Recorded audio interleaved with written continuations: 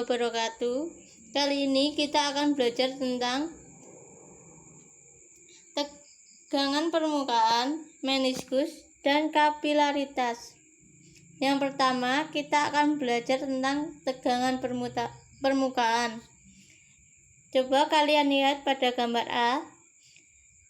Pada gambar A terdapat nyamuk yang dapat terapung di atas air. Padahal massa jenis nyamuk ini lebih besar daripada massa jenis air, tapi nyamuk dapat terapung di atas air.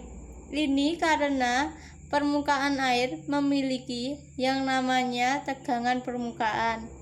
Jadi ada batas tertentu yang mana sebuah benda itu dapat mengapung atau terapung di atas permukaan zat cair.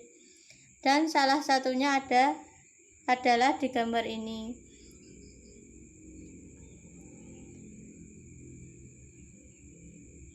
Dan yang kedua ini kita dapat perhatikan dalam butiran air terdapat di daun ini. Kalau kalian lihat, butiran airnya justru tidak menyebar tapi membentuk gumpalan.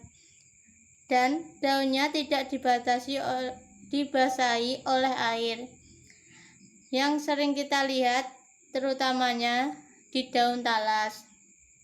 Nah, ini adalah dua peristiwa yang berkaitan dengan sifat dari fluida. Apa sih tegangan permukaan itu? Tegangan permukaan adalah suatu kemampuan atau kecenderungan zat cair untuk selalu menuju ke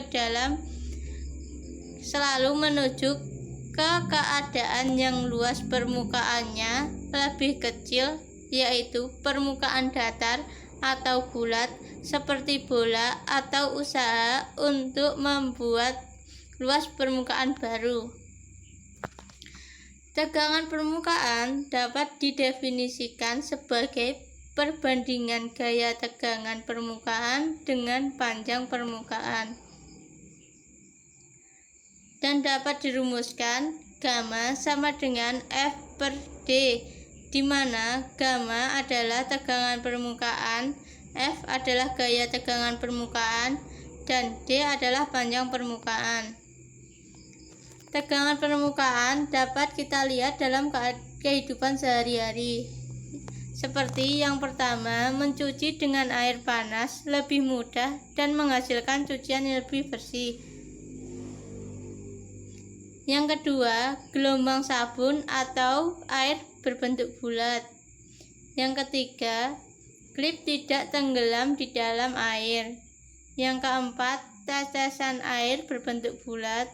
Yang kelima, mencuci dengan sabun akan lebih bersih daripada mencuci dengan air biasa. Dalam tegangan permukaan dipengaruhi oleh faktor. Yang pertama adalah densitas. Semakin tinggi densitas cairan, semakin tinggi harga tegangan permukaan. Yang kedua ada konsentrasi. Solut yang ditambahkan ke dalam larutan akan menurunkan tegangan muka karena mempunyai konsentrasi di permukaan yang lebih besar daripada di dalam larutan. Yang ketiga ada suhu. Semakin tinggi suhu, semakin rendah tegangan permukaannya. Nah, tegangan permukaan ini diakibatkan oleh gaya kohesi dan gaya adhesi. Setiap fluida memiliki tegangan permukaan dengan meniskus berbeda atau gejala kapilaritas. Gaya kohesi adalah gaya tarik-menarik antar partikel sejenis, contohnya antar partikel air. Sedangkan gaya adhesi adalah gaya tarik-menarik antar dua partikel berbeda, contohnya antara fluida dengan dinding tabung. Dalam gaya kohesi dan adhesi terdapat sudut kontak. Sudut kontak adalah sudut yang dibentuk oleh pertemuan antara permukaan fluida dengan dinding tabung. Nah, dari pernyataan di atas dapat dilihat jika kohesi lebih besar dari adhesi, maka theta lebih besar 90 derajat dan terbentuk meniskus cembung. Dan sebaliknya, jika kohesi adhesi lebih kecil dari adhesi, maka theta lebih kecil 90 derajat dan terbentuk meniskus cekung. Seperti gambar ini, dapat dilihat dari gambar ini. Nah, dapat diingat lagi, tegangan permukaan itu dipengaruhi oleh suhu. Tegangan permukaan semakin kecil dengan peningkatan suhu zat disebabkan meningkatnya energi kinetik molekul dalam cairan. Hal ini menyebabkan terdapat nilai tegangan permukaan dalam zat karena suhu. Seperti aseton, jika suhunya 0 derajat, nilainya maka 0,0263. Sedangkan jika suhunya 20 derajat Celcius, maka nilainya 0,0237. Sedangkan jika suhunya 50 derajat Celcius, maka nilainya 0,0199. Dapat dilihat, semakin besar suhunya, semakin kecil nilainya. Dan itu berlaku pada alkohol, bensin, raksa, dan air. Selanjutnya, kita akan belajar tentang meniskus. Apa sih itu meniskus? Meniskus adalah gejala melengkungnya permukaan zat cair di dalam bejana akibat pengaruh kohesi dan adhesi zat cair dan bejananya.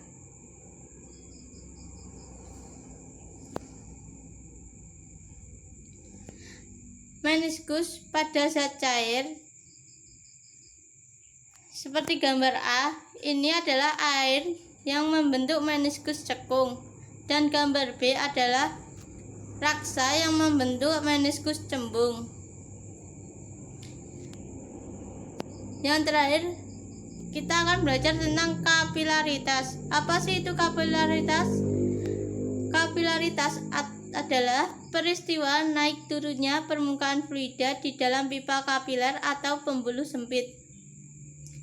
Kenaikan atau penurunan fluida dalam pipa kapiler dapat dirumuskan H sama dengan 2 gamma cos theta per rho GR,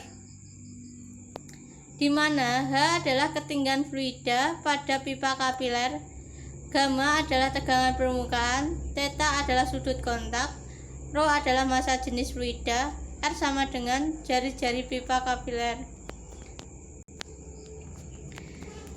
Contoh soal, pada suatu pipa kapiler yang diameternya 2 mm, diamati tinggi permukaan air adalah 2 cm di atas permukaan air di luar pipa. Jika sudut kontak air dengan pipa kapiler 60 derajat, tentukan tegangan permukaan airnya jika kecepatan gravitasinya adalah 10 meter per sekon kuadrat. Maaf, ini salah ngetik ya.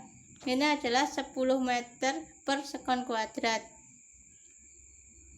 Jawaban diketahui D sama dengan 2 mm sama dengan 2 kali 10 min 3 meter. R sama dengan 1 kali 10 min 3 meter. Y sama dengan 2 cm atau 2 kali 10 min 2 meter. Theta adalah 60 derajat. Gravitasi sama dengan 10 meter per sekon kuadrat. Rho adalah 1000 kg per meter kubik. Ditanya gamma. Jawab, Naik turunnya air pada pipa kapiler ditentukan dengan Y sama dengan 2 gamma cos theta per rho GH, maka gamma sama dengan Y rho GR per 2 cos theta. Gamma sama dengan 2 kali 10 min 2 kali 1000 kali 10 kali 1 kali 10 min 3 per 2 cos 60. Gamma sama dengan 0,2 per 2 kali 0,5. Gamma sama dengan 0,2 Newton per meter, sehingga tegangan permukaan airnya adalah 0,2 Newton per meter.